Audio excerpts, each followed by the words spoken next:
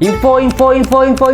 Tahu si kita Pontianak lumpuh. Makin tebal lah jerebu tu. So, mari malam tadi pada hari Khamis 20 Ogos, kebakaran yang besar dekat pasir Sungai Duri, Bengkayang. So, antara jalan Pontianak ke Singkawang yang lumpuh. Info yang tersebar dekat internet, api dah masuk kawasan rumah warga tempatan dekat Sia. Allah. Jadi nak faham juga kita pergi atas. Ni San Pontianak, Siduk Pontianak. Sini San Singkawang, situ Singkawang. Sini San Sarawak, sebelah tu je Sarawak. Mana-mana yang selalu pernah pergi Pontianak, pernah pergi Singkawang, boleh komen berapa jam aja kita daripada Serian ke Pontianak. So jom kita nanggah dekat satelit NASA. Tu adalah titik panas pada hari tu. Nampak beza sih.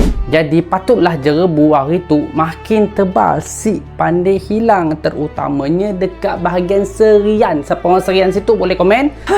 Jadi nampak gayanya jerebu tu si akan hilang dalam tempoh seminggu lagi.